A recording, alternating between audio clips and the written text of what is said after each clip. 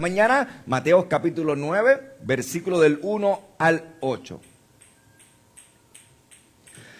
Mientras buscan sus Biblias, quiero que se den cuenta de un versículo en particular, o la parte final de un versículo en particular. Y es el final del versículo 2, que quisiera recordarles como punto de partida para el mensaje de hoy. El Señor habla y dice, tus pecados te son perdonados. El tema de esta mañana en particular es el poder de Jesucristo sobre el pecado. Y quiero comenzar con un análisis en cuanto a esta pregunta básica. ¿Cuál es el aspecto más definitivo o más distintivo del cristianismo que se debe proclamar? Y la respuesta es el tema de hoy. La respuesta es clara, es incuestionable. Lo más distintivo que el cristiano debe proclamar es la realidad del pecado que puede ser perdonado. Y ese es el corazón y la esencia del mensaje del cristianismo, del evangelio de Jesucristo. Aunque la fe cristiana tiene muchos valores, muchas virtudes y tiene una infinidad de aplicaciones extraordinarias, el mensaje más esencial que Dios le dio a es que el hombre, siendo un pecador, puede conocer la plenitud del perdón de Dios en cuanto a su pecado. Y ese es el corazón del mensaje del evangelio. Y ese es precisamente el mensaje de este milagro en el capítulo 9, versículos 1 al 8, que estaremos discutiendo en esta mañana. Ahora, Mateo se ha centrado en varios milagros de nuestro Señor en el capítulo 8 y ahora en el capítulo 9. Y estos milagros tienen un propósito específico y es presentarnos en primer lugar la deidad de quién es Jesucristo. Por eso estos capítulos son tan importantes para mí. Porque hay muchas personas que no conocen al Jesucristo de la Biblia. Hay muchas personas que si tú le preguntan qué crees o cómo describen a Jesucristo, te dan unas palabras muy ligeras y livianas acerca de Él. Pero Mateo nos deja ver con claridad quién es Él y por eso debemos de estudiarlo con mucha cautela. No solo nos muestra la deidad de quién es Jesucristo, sino también nos demuestra su carácter como el Mesías de Israel. En otras palabras, no es solamente que Mateo nos da muchos milagros para probar que Él es Dios, ¿ok? Es que nos da milagros específicos diseñados para adjuntarlo a profecías del Antiguo Testamento que eran muy específicas en cuanto al reino mesiánico se trataba, para que Israel sepa que este es el que es capaz de cumplir el rol del Mesías que tanto ellos anhelaban e introducir en el mundo el reino de Dios. Así que hay un carácter muy judío dentro de estos milagros que Mateo nos presenta. Hay un carácter muy antiguo testamentario en el tipo de milagro que Mateo selecciona bajo la inspiración del Espíritu Santo. Ahora bien, también hay una especie de arreglo culminante por parte de Mateo. ¿No te has preguntado de todos los milagros que Jesucristo hizo, por qué Mateo selecciona estos en particular?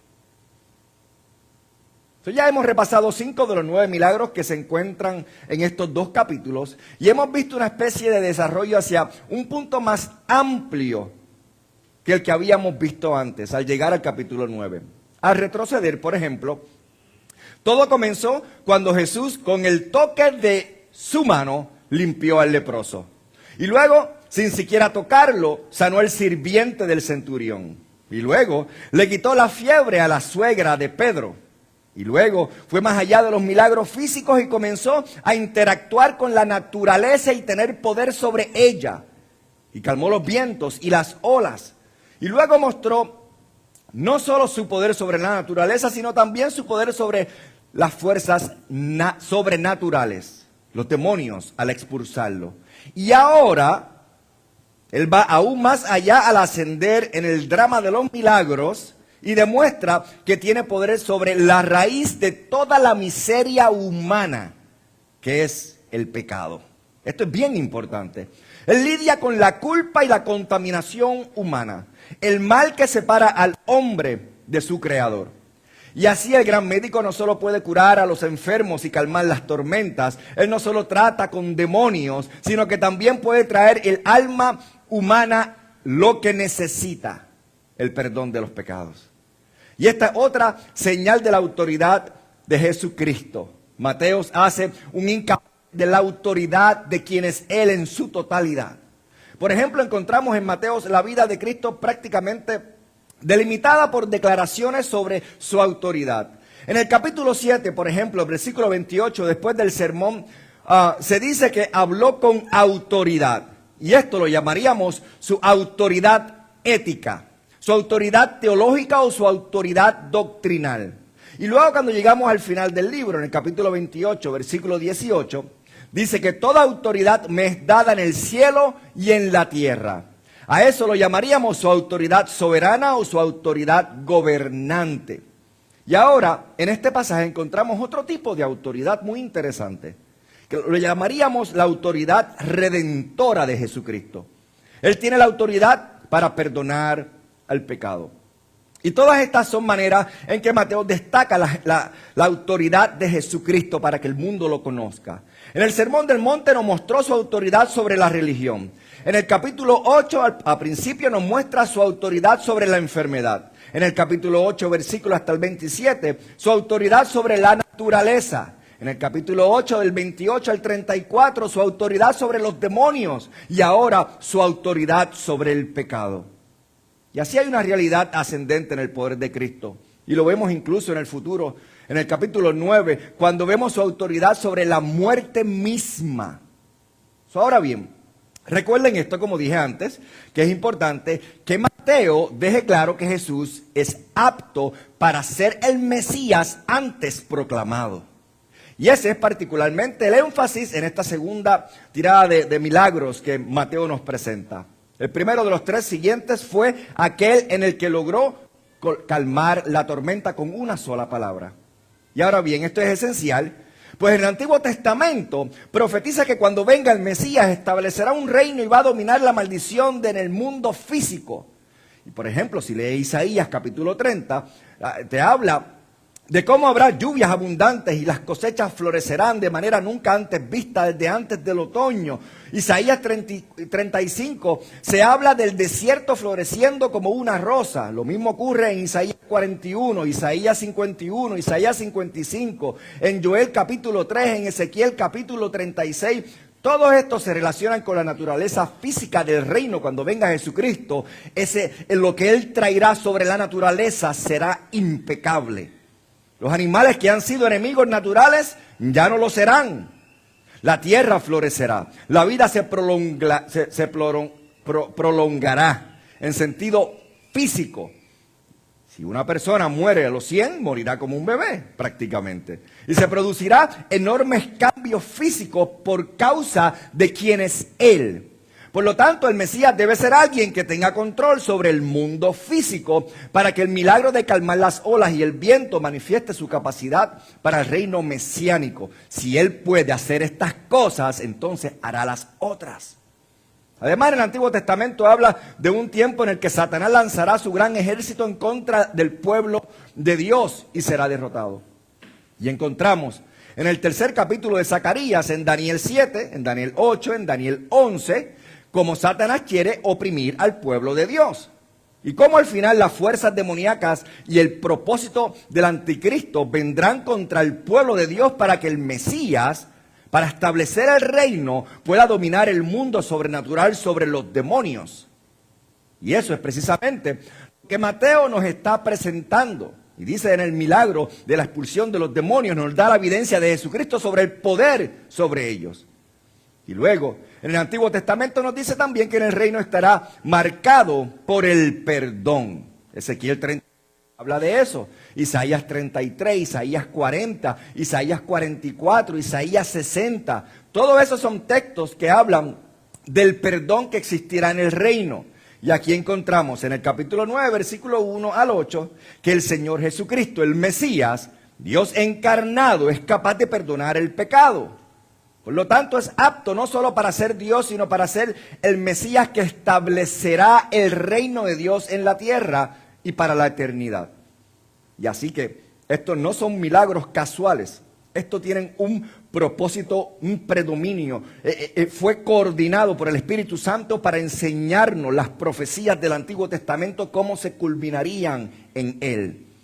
Y también tiene una especificidad en el sentido de que apuntan a algo muy particular acerca del poder de Jesucristo para cumplir las promesas del Antiguo Testamento. Y esto hace que la incredulidad y el rechazo de los fariseos sea aún más increíble y atroces, porque la exactitud del cumplimiento sobre Jesucristo es específica hasta el punto y la coma. Es increíble. Bien, con esto en mente, vamos a analizar los versículos de hoy, el tercer milagro de la segunda sección, y se encuentra en estos versículos de Mateo capítulo 9, del 1 al 8. Ya tenemos el contexto. Dice la palabra de Dios, que hoy con toda reverencia la leemos en el versículo así. Entonces, entrando Jesús en la barca, pasó al otro lado y vino a su ciudad. Ahora bien, vamos a detenernos ahí por un momento. Jesús había sanado a los demonios en la orilla oriental del mar de Galilea. ¿Recuerdan? La semana pasada hablamos de eso. Desconocemos cuánto tiempo transcurre entre él sanando estos milagros y él montándose en la barca y llegando al otro lado. Es importante saber que no conocemos el tiempo. Nadie puede adivinarlo, ¿ok? A Mateo no le preocupa tanto la cronología como los milagros específicos que se al mensaje inspirado por el Espíritu Santo. Es el mensaje, no el tiempo entre ellos, lo importante. Así que no sabemos cuál es el lapso de tiempo, pero después de lograr lo que deseaba, regresó a una barca y se dirigió al oeste, llegando a su ciudad. Y esto es sumamente interesante. Al principio podrían pensar que Nazaret era su ciudad, si yo les preguntara, y todo el mundo dirá, oh, Nazaret, Belén, right?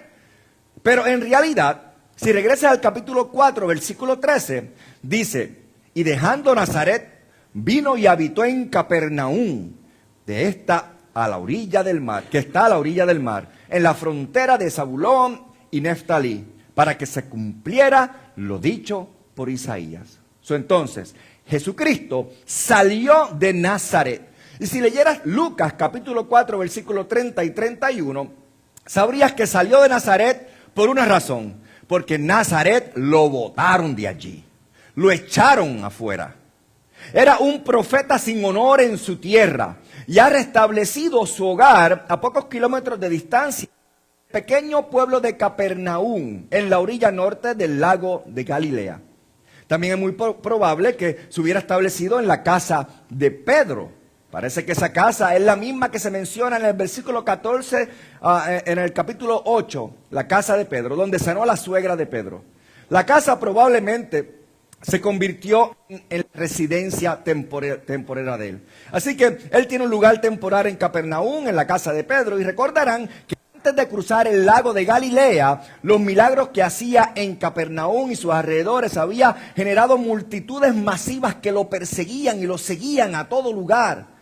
Lo seguían a todas partes, sanaba toda clase de enfermedades, expulsaba a los demonios y realizaba obras poderosas que hacía a la gente wonder y rascarse la cabeza, right?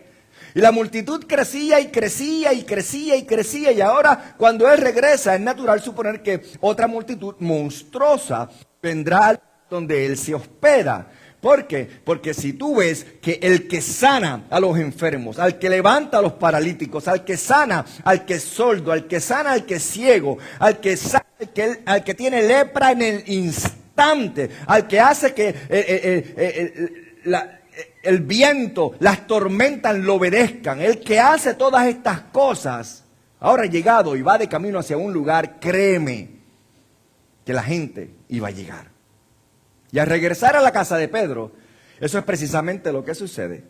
Y ahora completamos algunos detalles, ya que Marcos en el capítulo 2 nos ofrece este mismo relato y otros.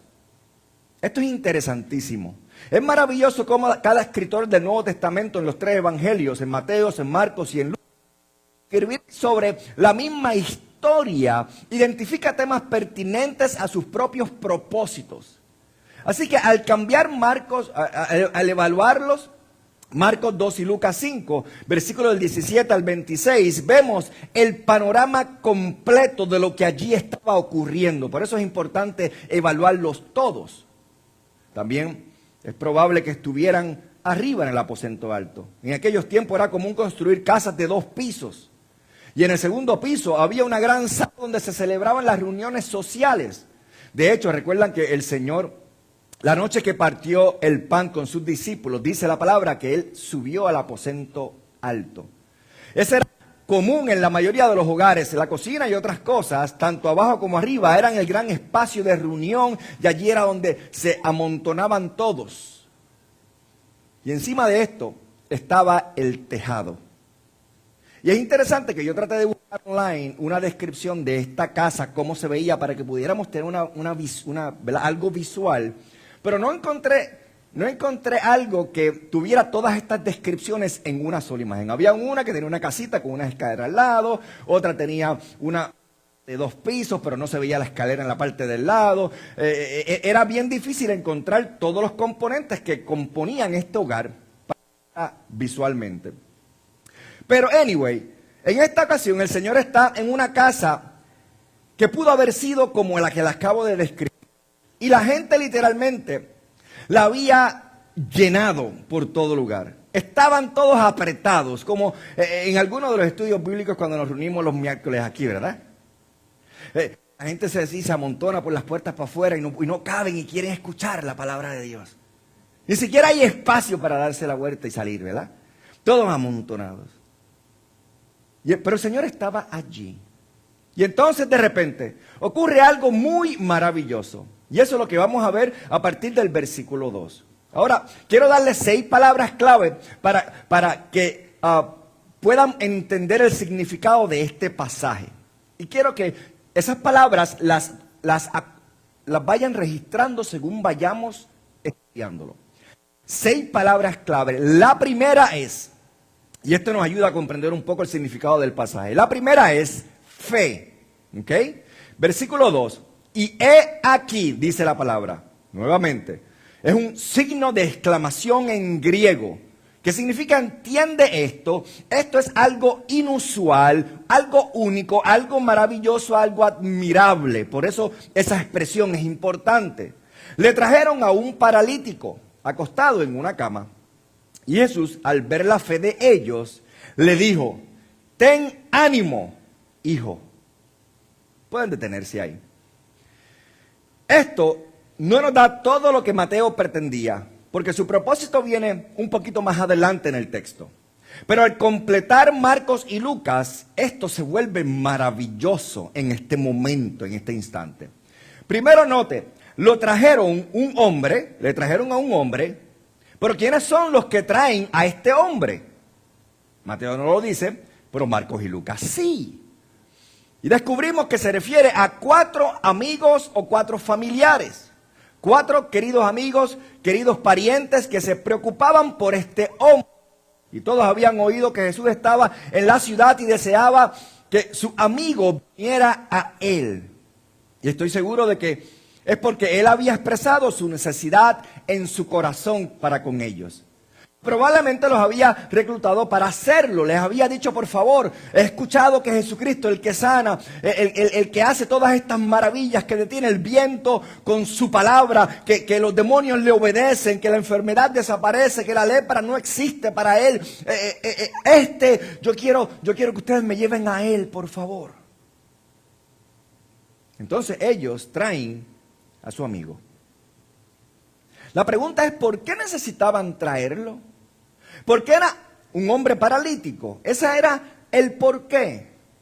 Él tenía, en la palabra griega, paralúticos, ¿ok?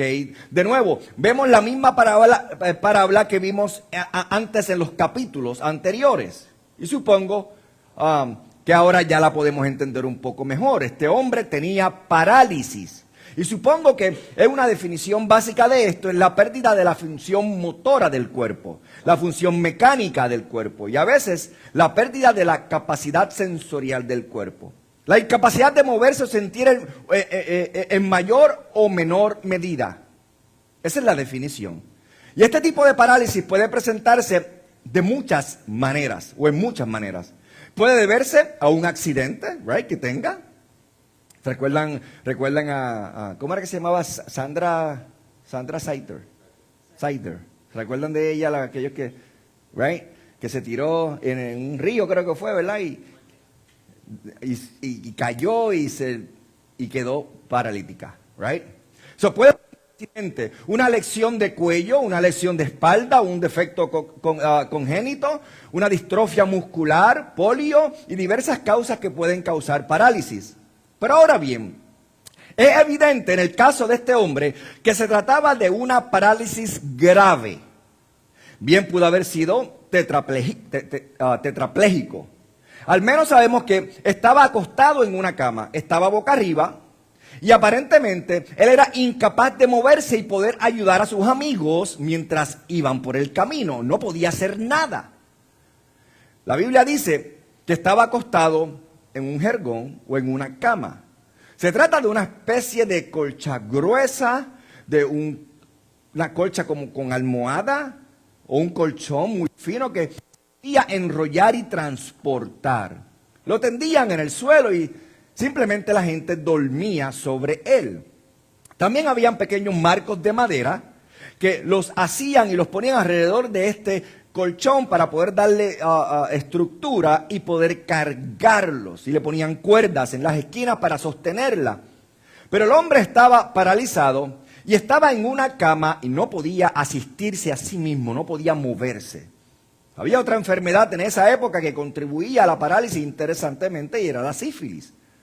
Desconocemos la causa de la enfermedad de este hombre, no sabemos el porqué.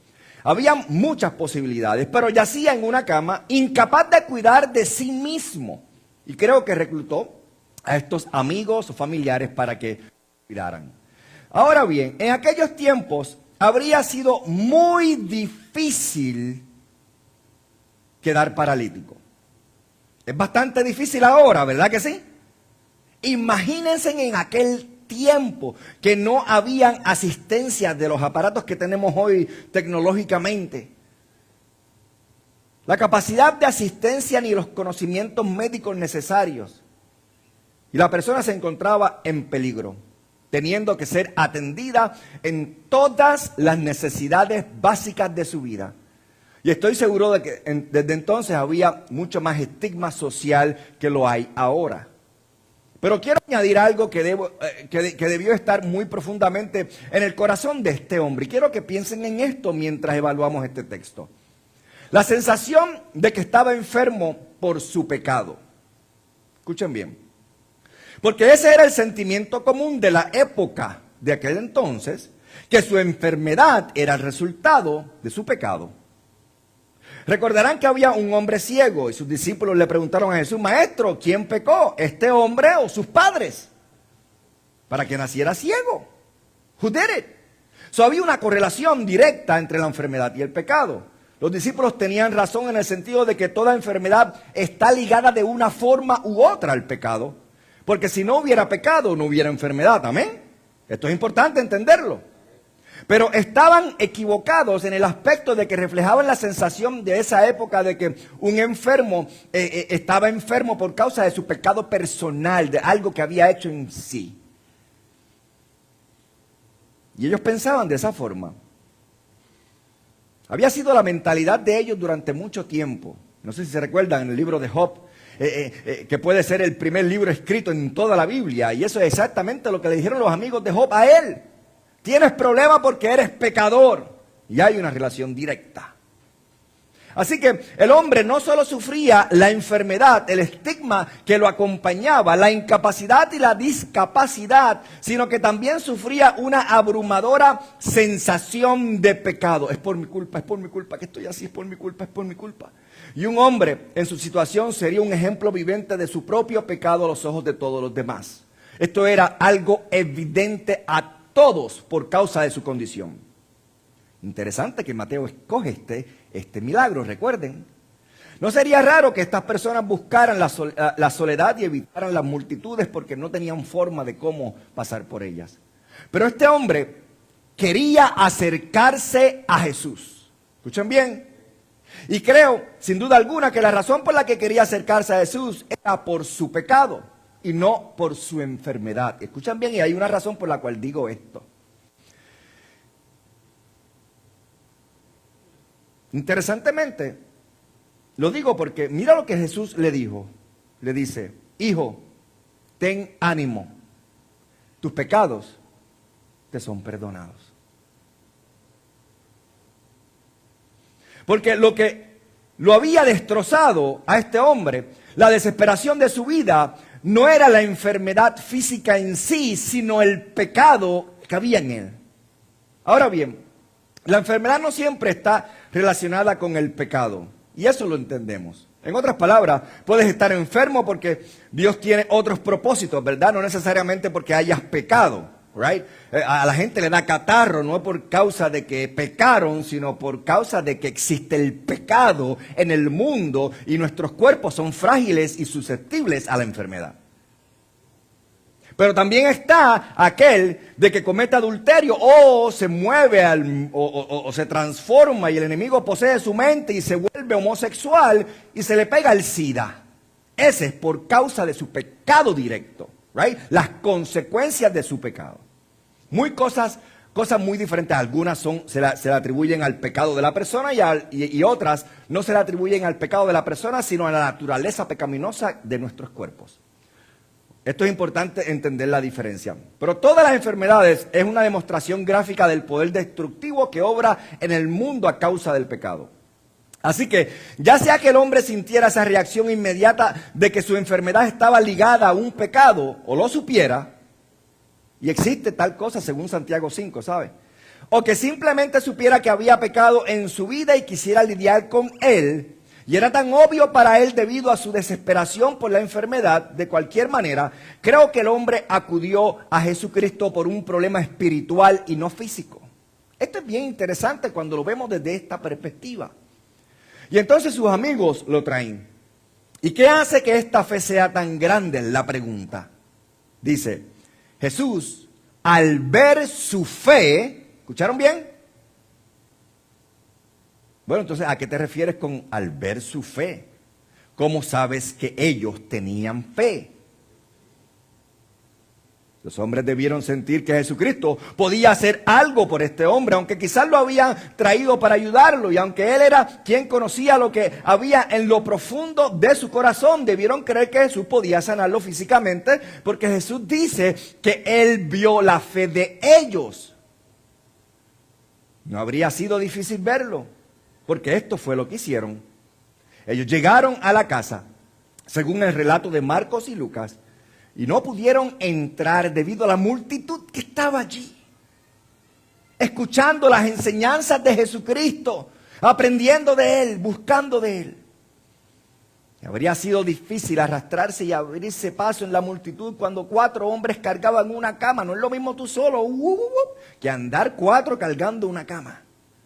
Así que decidieron que solo había una manera de entrar. Y subieron por esa escalera exterior que se encontraba en la casa hasta el techo o la azotea. Y comenzaron a derribar y a hacer un hoyo en el techo para poder bajar a este hombre a donde Jesús. Interesantemente, aquellos que conocen un poquito de construcción, esta gente que lo ayudaron tenían que saber un poquito de este lugar. Porque si tú te trepas al techo y dices, ok, estoy parado exactamente debajo del baño de la visita. Good luck with that. No es tan fácil como muchos piensan. Pero estos sabían y abrieron el hoyo exactamente encima de donde estaba Jesús. Muy interesante. ¿Y te puedes imaginar a todos adentro? Discutiendo todo lo que está pasando. Está Jesucristo enseñando y lo que escuchan es un ta, ¿qué tan? En el techo, tan. Y Jesucristo hablando. Y ellos. Y si somos como nosotros, lo más seguro ni escuchamos lo que Jesucristo ya está diciendo porque se nos fue la atención al techo. Right? Bien interesante. Me imagino a ellos mirando y el polvo cayendo alrededor de Jesucristo ahí del techo y Jesucristo siguiendo enseñando. Y de repente las tejas empiezan a desaparecer del techo y entra la luz. Y esta es una fe persistente, insistente y ingeniosa. Desarman el techo y dejan bajar al hombre justo a los pies de Jesús. Y él está allí tendido al frente de Jesucristo en su cama, sin poder moverse, sin poder decir nada. Miren esto. Y puede que incluso se haya quedado paralizado en cuanto a su habla, porque en el relato en ningún momento este hombre dice nada. Si puede hablar, créeme que debe de estar de camino para abajo. ¡Ay, cuidado! ¡Ay, por favor, no me dejes caer! ¿Right? Pero interesantemente en el relato este hombre no dice absolutamente nada. Solo más seguro su parálisis también llegaba hasta su mudez. Interesantemente tampoco, después que llega a los pies de Jesucristo, este hombre no dice ninguna petición a Jesucristo. No se dice nada. Simplemente se pone a los pies de Jesús, a la vista de todos, lleno de dolor. Y estoy seguro de que estaban llenos de miedo y pánico, como veremos. Sabía que Jesús era un sanador de cuerpos. Y estoy convencido de que debe haber esperado ser también un sanador de corazones. Porque lo más que le agobiaba era su pecado. Y como dije, bien pudo haber sido resultado directo de algún pecado o no, pero estaba abrumado tal vez por la culpa. Pero qué exhibición de fe extraordinaria vemos en estas familiares o estos parientes o estos amigos trayendo a este hombre a Jesús. Es decir, la mayoría de la gente vendría a la puerta y verían la multitud de personas que estaba allí y hubiesen visto la imposibilidad de poder meterse entre toda la gente y para poder llegar a donde Jesús y dijeran, ay, ¿tú sabes qué? La próxima vez tenemos que llegar más temprano, vámonos.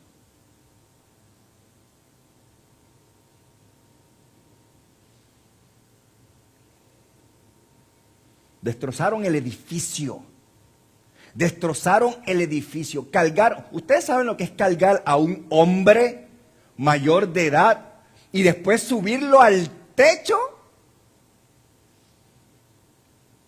Destrozaron el techo y allí lo dejaron bajar a los pies de Jesús.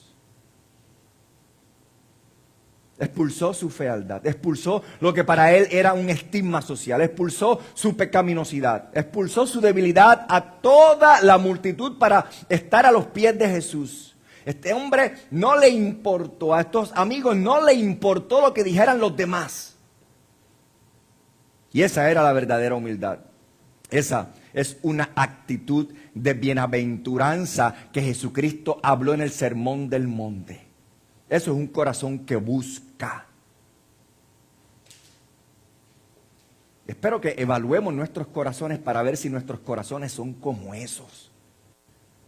Y dice, Jesús al ver su fe, la de los 5, no era una fe común, era una fe fuerte, era una fe persistente. Y Jesús la vio. Y ahora bien, hubo momentos en que Jesús sanó a personas sin fe. Sin duda alguna lo hemos visto en las Escrituras. Hubo momentos en que sanó a personas con poca fe.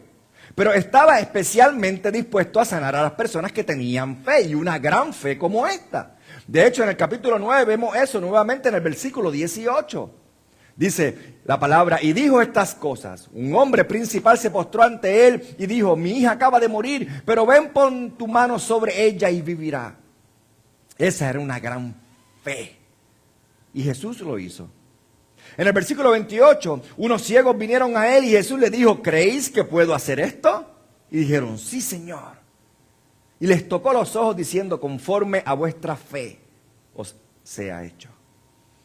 Él estaba especialmente dispuesto a trabajar con aquellos, a sanar a aquellos que estaban dispuestos y tenían esta clase de fe. Y así allí estaba el hombre, tendido a sus pies. Y solo él, como dije, no podía hablar, right? No dijo nada, at least. Pero tenía fe y Dios y Jesucristo la vio. Y tenía la reverencia que necesitaba ser demostrada para esa fe. El techo se está rompiendo. Jesucristo está enseñando. De momento comienzan a bajar a este hombre a los pies de Jesús.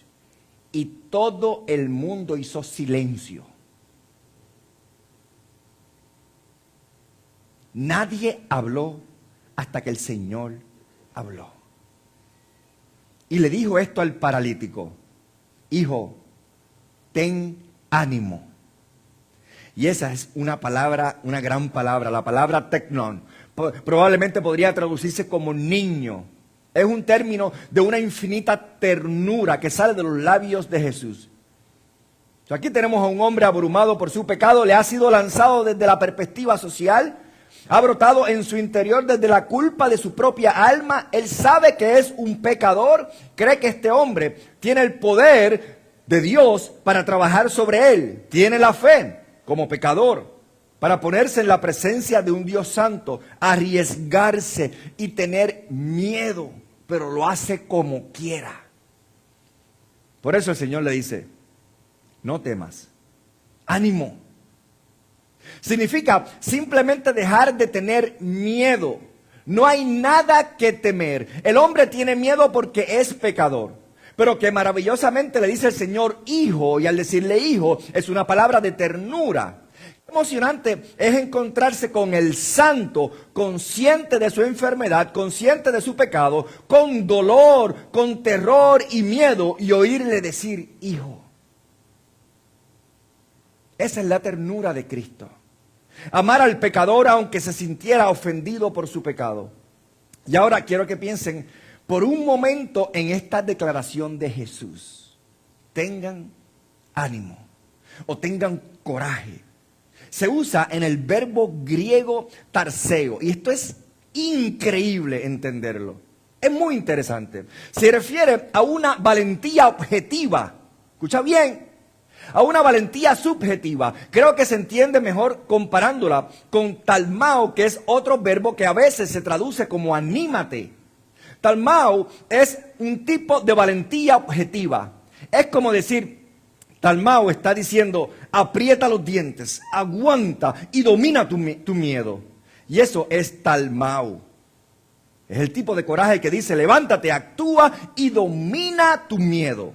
Pero aquí el verbo que se usa es tarseo. Y tarseo dice, no hay nada que temer. Tarseo dice, no hay absolutamente nada que temer. Y esa es la palabra que el Señor utiliza aquí. El Señor no le dice, mira amigo, aprieta los dientes y domina tu miedo. No, no le está diciendo eso. Lo que le está diciendo es, hijo, ¿de qué tienes miedo? No hay nada que temer. Déjame decirte algo. Hay mucho que temer si estás presente ante Dios como pecador sin arrepentimiento. ¿Lo sabes? Mucho que temer. Pero no había nada que temer cuando este hombre vino, porque tenía un corazón contrito y humillado delante de Cristo. Y eso era obvio. El Señor no perdona los pecados de quienes no se arrepienten. Su corazón era recto. No es quien intenta ocultar su pecado quien no tiene nada que temer. Es quien lo revela quien no tiene nada que temer. Porque se abre a la realidad de su propia condición. Estaba conmocionado por el dolor, estaba abrumado por el miedo, estaba agobiado por su culpa. Y el Señor le dijo, ten ánimo. Él respondió a su fe verdadera. Y eso condujo a una segunda palabra, y la segunda palabra fue el perdón. El versículo 2, al final del versículo dice, sean perdonados tus pecados. Y ese es un milagro divino, que está a la altura de cualquier otro milagro. Instantáneo, en una palabra, sean perdonados tus pecados. Qué elocuente declaración del Señor Jesucristo. Recuerda ahora que el hombre no había dicho ni una sola palabra, ni una. ¿Cómo supo el Señor que eso era lo que el hombre quería? How? Porque el Señor conoce el corazón del hombre. A lo largo de todo este relato, Él lee el corazón. Leyó el corazón del hombre enfermo. Lee el corazón de esos escribas. Puede leer el corazón de cualquiera. Conoce la petición incluso antes de que se pida.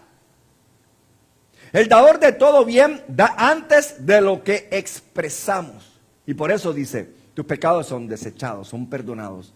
Antes de que el hombre pudiera siquiera hablar o decir cualquier cosa, si fuera que pudiera hablar. Amados, Esta es la remisión de los pecados de la que habla la Biblia de principio a fin. Esta es la salvación. Este es el perdón pleno y completo que viene de nuestro Redentor. Y los pecados son desechados. Él dice, desechados. Y cuando el Señor desecha nuestros pecados, dice la palabra, que los envía tan lejos como está el oriente del occidente y los sepulta en lo más profundo del mar, el Salmo 103. La Biblia dice, Él los recuerda, no más. Y me encanta lo que dijo Pablo en 1 Timoteo capítulo 1. Dice, fui blasfemo, perseguidor e injuriador, pero fui recibido con misericordia. Palabra fiel y digna de ser recibida por todos, que Cristo Jesús vino al mundo para salvar. ¿A quiénes? A los pecadores, de los cuales yo soy el primero. Pablo, estás perdonado, perdonado, perdonado. Cuando los misioneros fueron a Alaska para llevar el evangelio a los esquimales, esto es bien curioso. Quisieron traducir el Nuevo Testamento para enseñárselos a los nativos de allí, a los esquimales. Así que se quedaron atascados porque descubrieron que en su lenguaje no existía la traducción para la palabra perdón. Pero descubrieron que los esquimales tenían una frase muy interesante. Esta es la palabra, una frase de una sola palabra. La palabra era, y es bien difícil, larga, yo no sé cómo hablaban, pero lo hacían. Dice, Isumagiyou Yunaneminik. Esa es una sola palabra esquimal. ¿Saben qué significa esa palabra? Significa no poder pensar más en ello. Y la usan a lo largo de la Biblia para referirse al perdón. Dios ya no puede pensar en ello. Lo ha eliminado, lo ha desechado. Perdonó sus pecados. El Señor le dio el mayor regalo para atender la mayor necesidad de este hombre. Y él todavía no había dicho una sola palabra. Cuenta un predicador que alguien se le acercó y le dijo que conocía a alguien con quien debía hablar en su testimonio. Y era una muchacha que se encontraba en un hospital y le habían disparado a esta muchacha en el cuello y le habían cortado la médula espinal. Le preguntó si podía ir a verla. Y el predicador o el pastor le dijo, seguro que sí. Y le dijo, por favor, ve a verla para ayudarla. Interesantemente, esta muchacha era la líder del equipo de fútbol de los cheerleaders, right? De las animadoras en la escuela local. Y su novio le había disparado sin culpa, fue un accidente, se disparó. Así que fue al hospital y ella estaba igual que este hombre. Ella estaba en una cama, tumbada sobre un matre y paralizada del cuello hacia abajo. Y lo único que pudo hacer fue hablarle del Señor Jesucristo a ella. Y lo hizo. Habló con ella un buen rato y le dijo que le presentó el Evangelio y le enseñó quién era Jesucristo. Y ella, después de él hablarle un buen rato, le confesó que si ella en sus pensamientos estaba pensando que si ella pudiera hasta se hubiese suicidado. Pero no podía porque no podía moverse. Ella no tenía la capacidad para hacerlo. Y el pastor le presentó a Cristo y finalmente cuando todo terminó dijo que quería invitar a Cristo a su vida. Y así que oraron juntos y ella lo hizo. Y el pastor dice que nunca olvidará lo que le dijo. Dice que volvió a verla varias veces y un día le dijo al pastor, pastor, le digo con sinceridad que me alegro de que esto me haya sucedido. Y el pastor se asombra y le dice, ¿a qué te refieres? ¿El accidente? Y ella dijo, sí. Porque si no hubiera sucedido, nunca habría conocido a Cristo ni habría tenido mis pecados perdonados. Verá, esa es la necesidad más profunda en el corazón de un hombre o de una mujer. Ese es el dolor más profundo de la vida humana. Y cuando Jesús dijo, tus pecados son perdonados, satisfizo las necesidades de ese hombre de una manera más profunda, menos superficial, o algo profundo que ni el hombre mismo tal vez sabía que necesitaba. Y amado, ese es el mensaje del cristianismo, el perdón de los pecados. Y debe saber que nuestro mensaje debe ser sobre el pecado y sobre el perdón de pecados. El mensaje en los labios de todo creyente debe ser en cuanto al pecado y el perdón del pecado. El pecado y el perdón de pecado. La condición nuestra del pecado y el perdón del pecado. Y la gente dice, pero pastor, no deberías mencionar el pecado tanto. Eso es como un pensamiento negativo. Y el mensaje del cristianismo, si no predicamos ese mensaje, hemos prostituido el Nuevo Testamento, el mensaje del Evangelio. La Biblia dice, la palabra dice, el hombre es pecador, el pecado es transgresión de la ley, en 1 Juan 3:4. El hombre es pecador, el pecado es transgresión de la ley. El pecado contamina, ha borrado la imagen de Dios en ti y manchado el alma. El pecado ha implantado en nosotros la imagen del diablo. Nos hemos convertido en sus hijos. La palabra dice que aquellos que no son de Dios le pertenecen al diablo. El pecado es una gran ingratitud hacia Dios. El pecado es incurable a menos que vengas a los pies de Cristo. La palabra dice, ¿puede el leopardo cambiar sus manchas? Dice Jeremías. Entonces también podrán ustedes hacer el bien estando acostumbrados a hacer el mal cuando vengan a los pies de Cristo. El pecado afecta a todos los hombres. La palabra dice en Romanos que por cuanto todos pecaron y están destituidos de la gloria de Dios, este es el mensaje del Evangelio. No podemos decir la mitad, no podemos dar la solución sin el problema. El pecado está en lo profundo del corazón del hombre, incluso el hombre regenerado aún lucha contra el pecado. Y yo espero que todos digan amén. El pecado domina la mente, pervierte la voluntad, mancha los afectos, contamina el cuerpo. El pecado somete al hombre al dominio del diablo, somete al hombre al poder de la ira de Dios, y el pecado somete al hombre a la miseria. De modo que nacen problemas como si fueran botando chispas constantemente. De modo que están sujetos al vacío. De modo que no conocen la paz. De modo que están condenados al infierno. Y esto es cierto para todos los hombres. Y es cierto, la mejor noticia que podría darle es que Dios puede perdonar el pecado y perdonarlo de una vez y para siempre.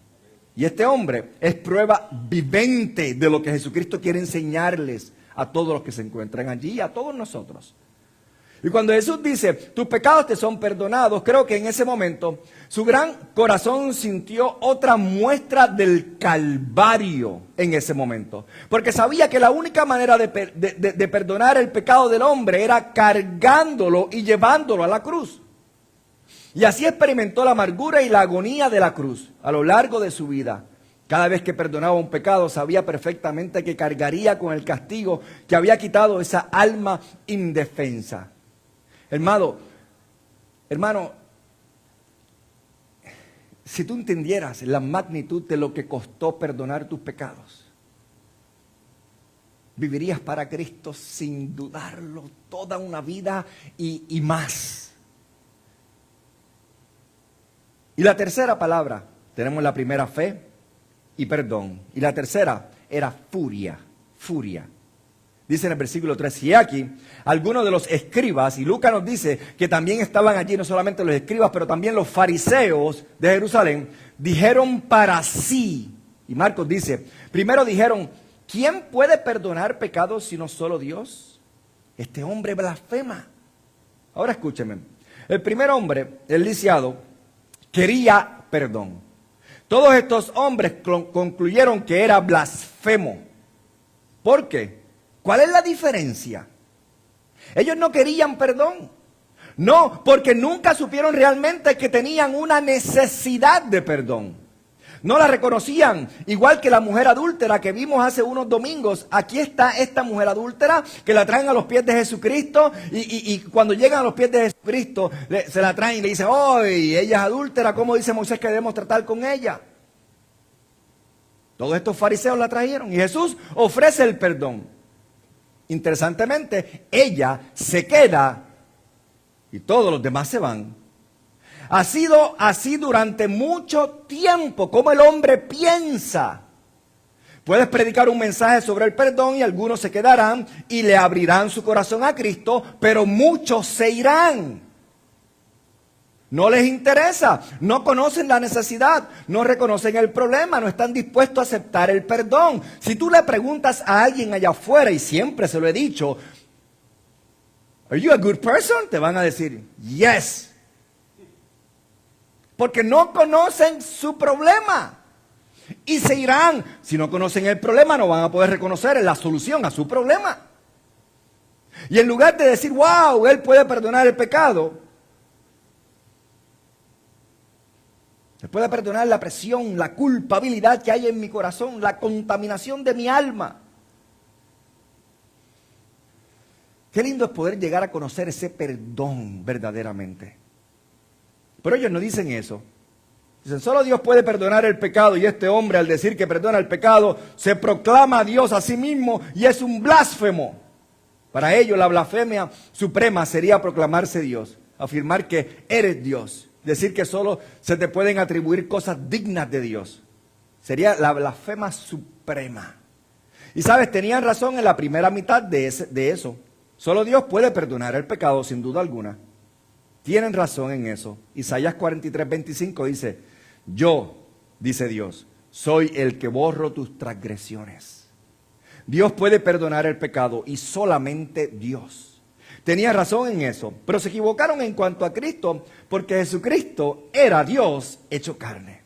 Fíjate en el versículo 3, dijeron dentro de sí mismo, Marcos dice, lo dijeron en sus corazones. Volvemos de nuevo a lo mismo, ni siquiera hablaron. ¿What? Jesús leyó sus pensamientos. Esta es otra señal de la omnisciencia de Cristo. Él sabía lo que había en el corazón del enfermo, sabía lo que había en la mente y en el pensamiento de los demás que estaban alrededor de él. Podía leer las mentes. Él es Dios. Permíteme señalar que cuando dijeron, este hombre blasfema, esto solo comenzó a avivar el fuego que finalmente los llevó a crucificar a Jesucristo. Aquí fue la chispa que comenzó. Mira el versículo 3. Lo acusan de blasfemia. Miren el versículo 11. Y cuando los fariseos lo vieron, dijeron a sus discípulos, ¿por qué come vuestro maestro con los publicanos y los levitas? ¿Pecadores? Aquí lo acusan de inmoralidad. Se junta con gente mala.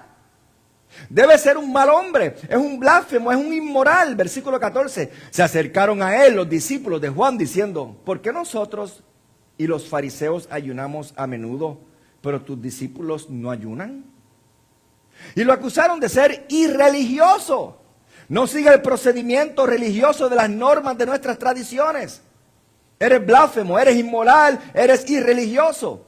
Y la culminación del versículo 34, los fariseos dijeron, Él expulsa demonios por medio del príncipe de los demonios. Es satánico.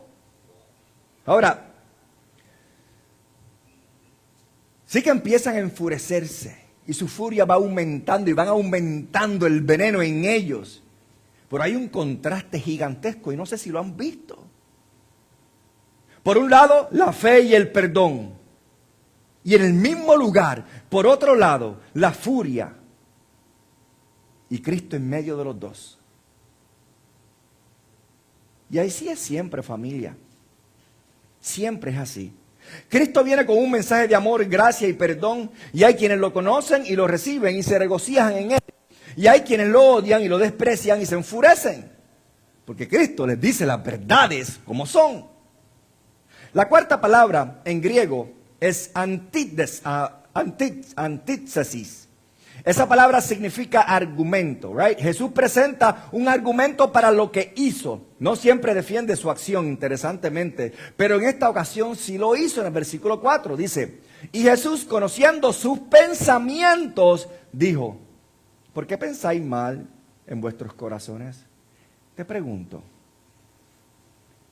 Si Jesucristo estuviera en tu entorno, ¿alguna vez Jesucristo hubiese visto tu corazón antes de que tú hablaras con nadie? Ay, Dios mío, Señor.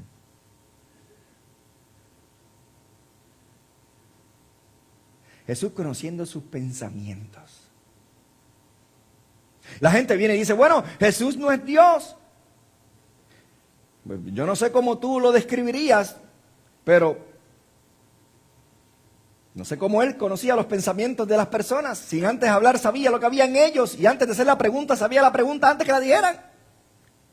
Juan 2 dice que no necesitaba que nadie le hablara de los hombres. Él conocía lo que había en el corazón del hombre y cualquiera que conozca los pensamientos debe ser Dios, porque nadie conoce los pensamientos del hombre, excepto el hombre que los carga y Dios.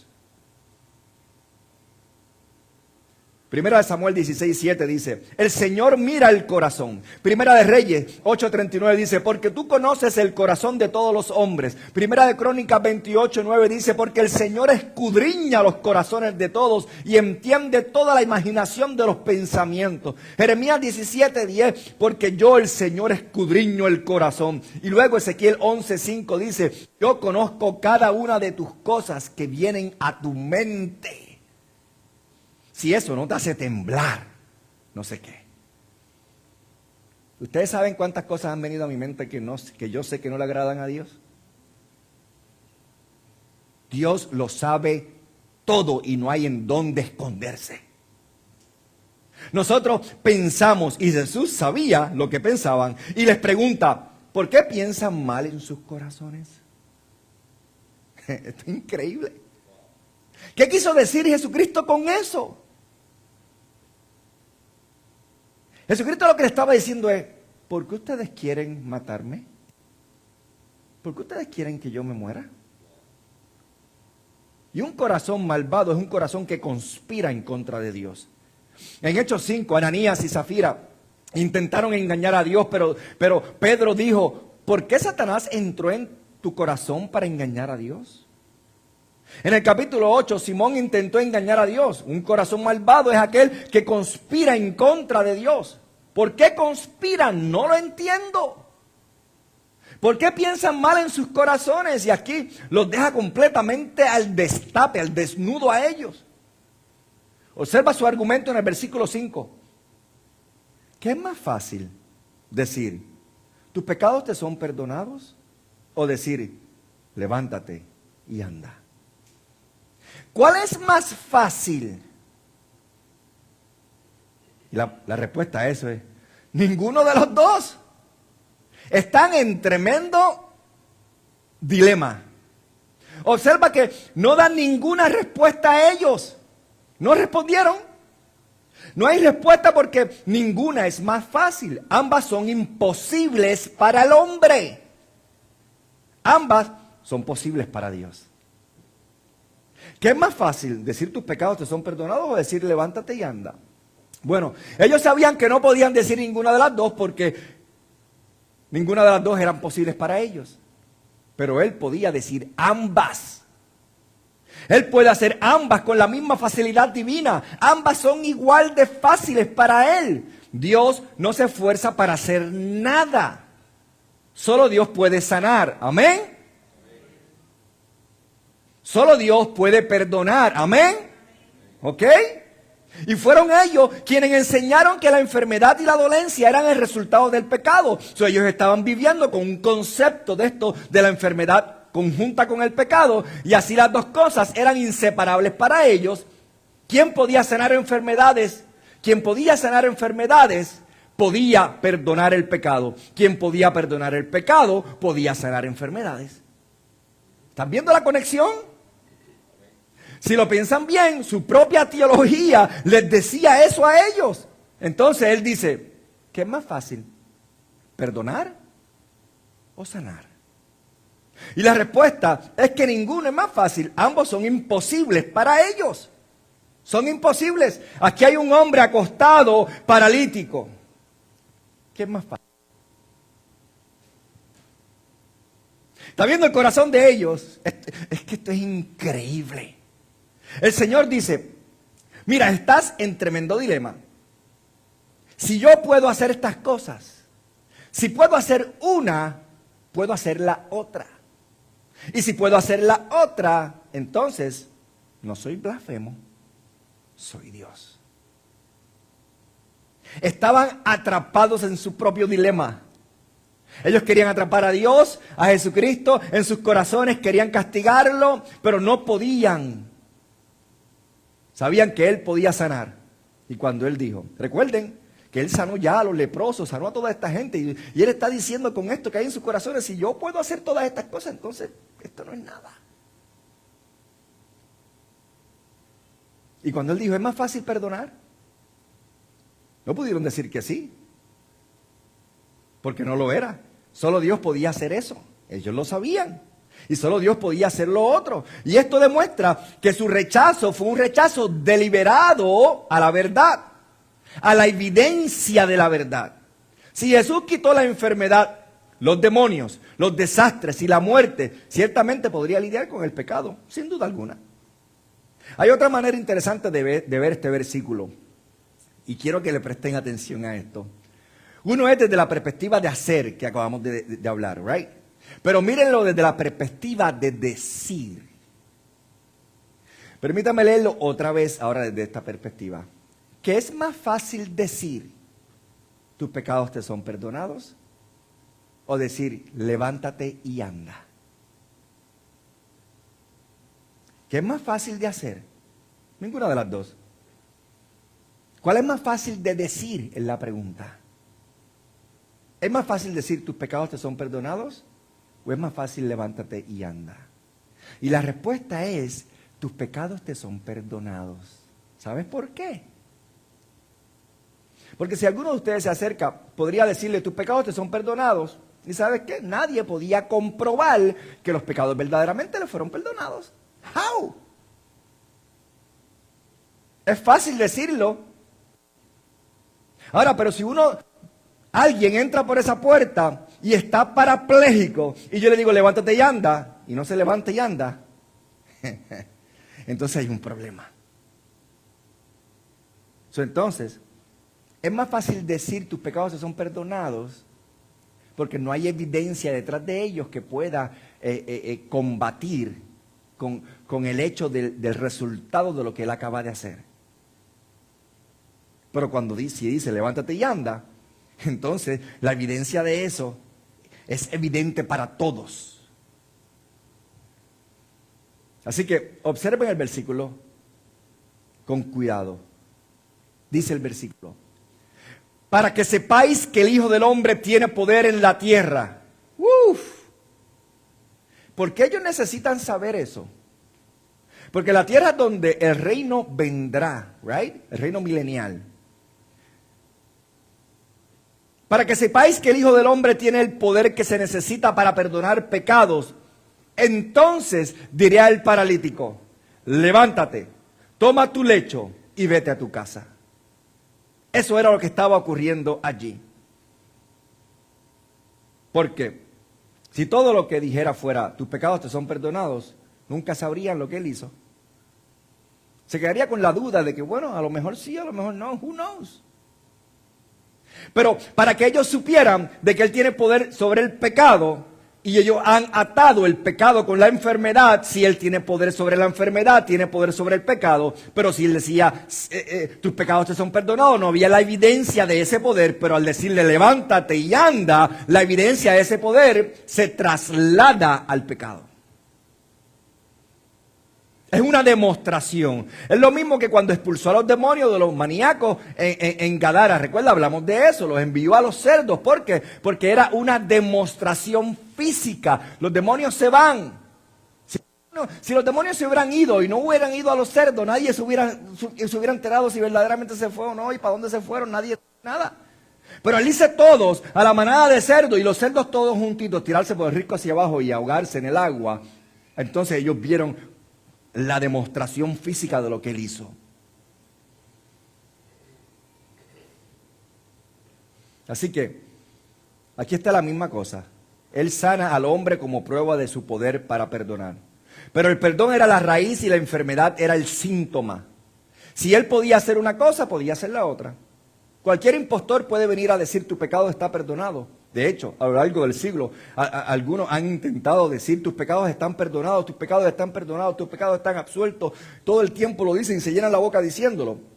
Y así sucesivamente. Pero ¿cómo sabe la gente verdaderamente que estas personas son salvas? para decir un statement como ese. Y él quiere asegurarse de que no solo piensen que lo están diciendo, así que él lo demuestra delante de todos. Al hacer lo visible, manifiesta el poder de hacer lo invisible.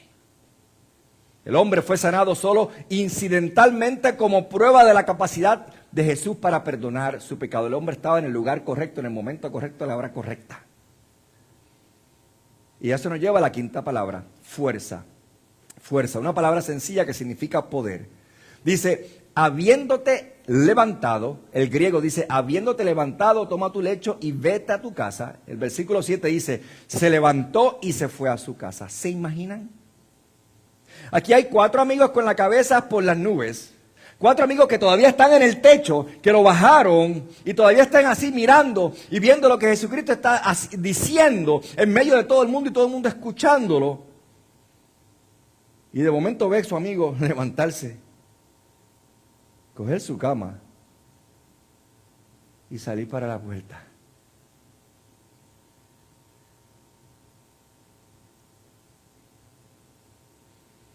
Es una escena dramática. Pero él ha leído los corazones y los ha clavado en la pared con sus razonamientos forenses. Y ahora dice, levántate y vete a casa, amigo. El hombre se levanta, enrolla su cama bajo el brazo, recoge el pequeño armazón de madera y uno cree que yo me imagino que la gente estaba amontonada, hicieron un pasillo para el hombre poder irse. Y cuando salió, ¿te imaginas a los 4 amigos que estaban en el techo? ¿Qué hicieron? Yo me imagino que bajaron a 100 millas por hora corriendo por esa escalera para abajo para encontrar el amigo saliendo por esa puerta de esa casa. Yo estoy seguro de eso. Tuvieron una especie de viaje de regreso a su casa increíble. ¿Ustedes se imaginan que la conversación entre ellos? ¡Qué poder! Jesús tiene el poder de perdonar tus pecados. Y eso es mucho mejor que sanar tu enfermedad. Pero algún día también lo hará, ¿lo sabías? Y eso nos lleva a la última palabra para concluir. Temor. Quiero que escuchen esto con mucho cuidado. Porque esta es la aplicación más importante de este texto. Versículo 8. Al verlo, las multitudes tuvieron miedo. Y esa es la palabra fobeo o phobos, de donde viene la palabra fobia. Tenían miedo y glorificaron a Dios, dice la palabra. Sabían que Dios estaba allí, Dios estaba en medio de ellos y que había dado tal poder a los hombres. Sabían que Jesús era un hombre. Por cierto, esa es una gran declaración sobre la humanidad de Cristo. Ellos sabían que era un hombre, pero este hombre tenía todos los atributos de Dios. Sabían que era un hombre, pero sabían que Dios estaba en este hombre. Y no creo que comprendieran la plenitud de lo que eso significaba en ese entonces. Estoy seguro de que no entendieron todo lo que significaba la encarnación de Dios en él. Pero sabían que Dios estaba allí, que le había dado poder a ese hombre y tenían miedo.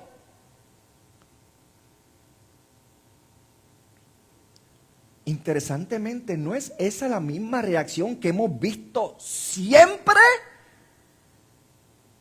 Phobos o fobia. Tienen varios significados en el griego clásico, pero el más usado en el Nuevo Testamento es la palabra para asombro o reverencia. Es el tipo de temor que se siente en presencia de alguien infinitamente superior. Se usó en el Nuevo Testamento, da su definición. Se usa para referirse a la reacción de los discípulos al ver a Jesús caminar sobre el agua. Se usa para referirse a la reacción de los discípulos cuando Él clamó la tormenta y la calmó con una sola palabra. Se usa para referirse a la reacción de la gente tras la curación de este hombre. Se usa después de la resurrección.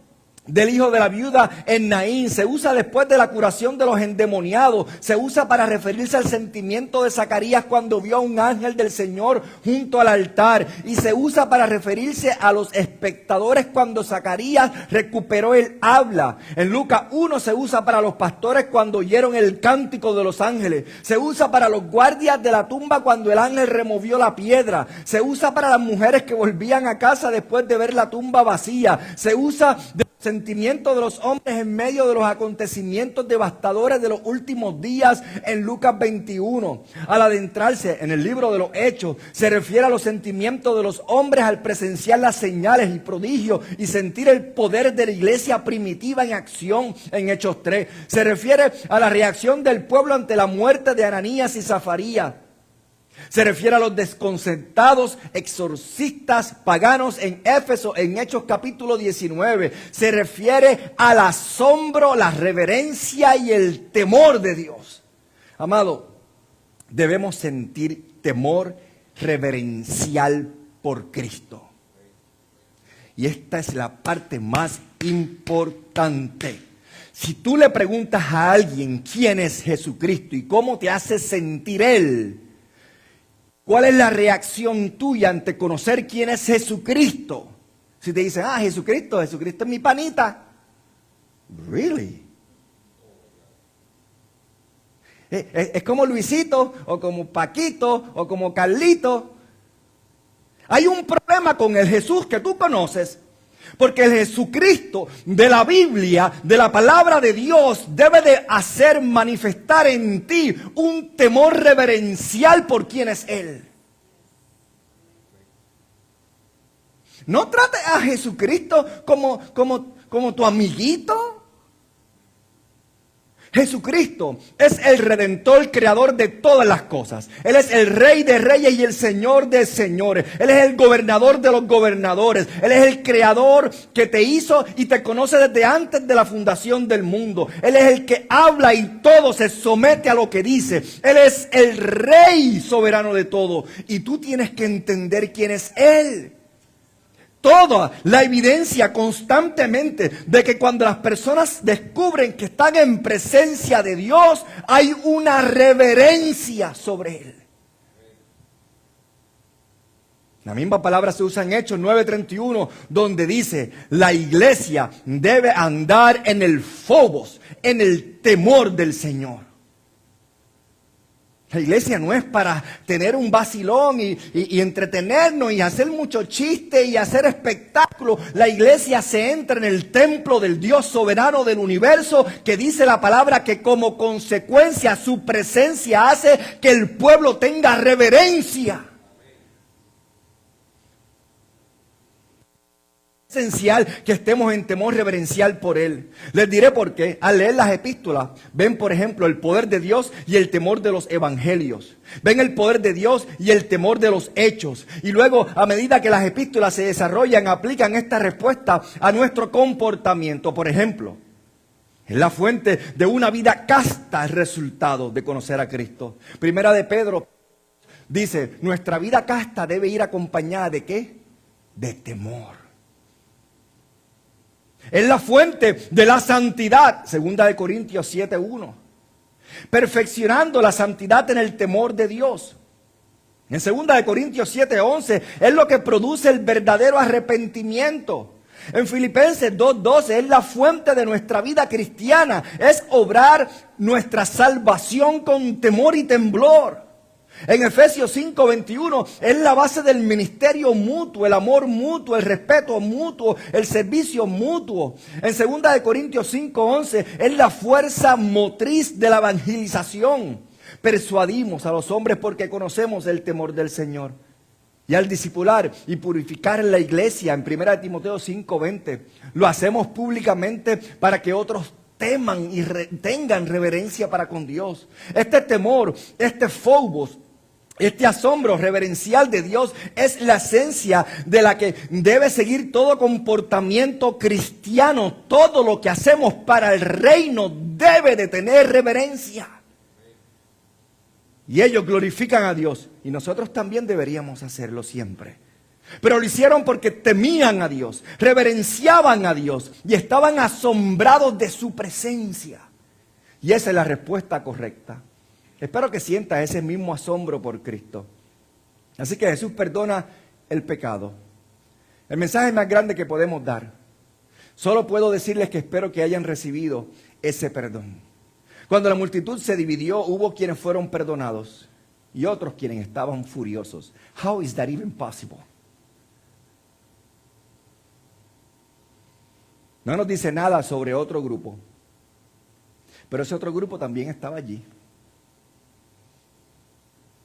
Aquellos que eran inconstantes, simplemente lo aceptaron y se fueron. Sí, es verdad, pero, maybe later. Cristo ofrece perdón, borra todo el pasado, lava todos nuestros pecados. Interesantemente, la palabra es en plural aquí, pecados. Pasado, presente y futuro. La mejor noticia que jamás recibirás y está disponible para ti. ¿Sabes qué? El hecho de que el Señor pueda ver tu corazón, leer tu mente y ver tus imaginaciones y pensamientos. Y decirte, ¿sabes qué? Si vienes a mí, yo los tomaré todos, los llevaré a la cruz. Pagaré el precio por ellos y te haré mi hijo. Te daré el perdón de hoy en adelante y para siempre. Y todos estos pensamientos y todas estas cosas que un día dice la palabra en el libro de Hebreos que como está establecido que el hombre muera una sola vez y de ahí el juicio, cuando estés delante de Dios, tú solito en el juicio, y Dios diga, déjame ponerte la película de tu vida y ver lo que había en tus pensamientos, en tus acciones y en tu corazón. Si no está Cristo en medio de ella,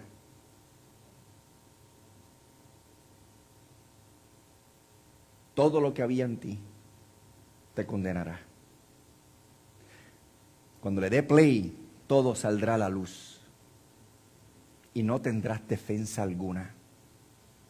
Pero si está Cristo en tu vida y Cristo es el Rey de tu vida y lo conoces y lo buscas en cuerpo, alma, en espíritu y en verdad y te arrepientes de tus pecados y le dices, Señor, te hago mi Rey, mi Salvador, mi Señor, mi Redentor, yo quiero vivir para ti de hoy en adelante porque sé lo que hiciste por mí en la cruz del Calvario, te recibo, Señor, te hago mi Rey, mi Salvador. Dice la palabra que tus pecados serán perdonados y que cuando venga el Señor y dé play a tu vida, lo único que verá en esa película será la crucifixión y la paga por tu pecado. Yo prefiero que Él vea eso antes que vea mi pecado. Oremos y terminamos. Gracias, Señor. Gracias, Señor, por enseñarnos una vez más tu soberanía y tu deidad, tu grandeza, tu poder, tu santidad, Señor. Mientras tenemos nuestras cabezas inclinadas por un breve momento, Ellen Gerbert, mientras meditamos en estas palabras, quiero compartir esto con ustedes mientras oramos.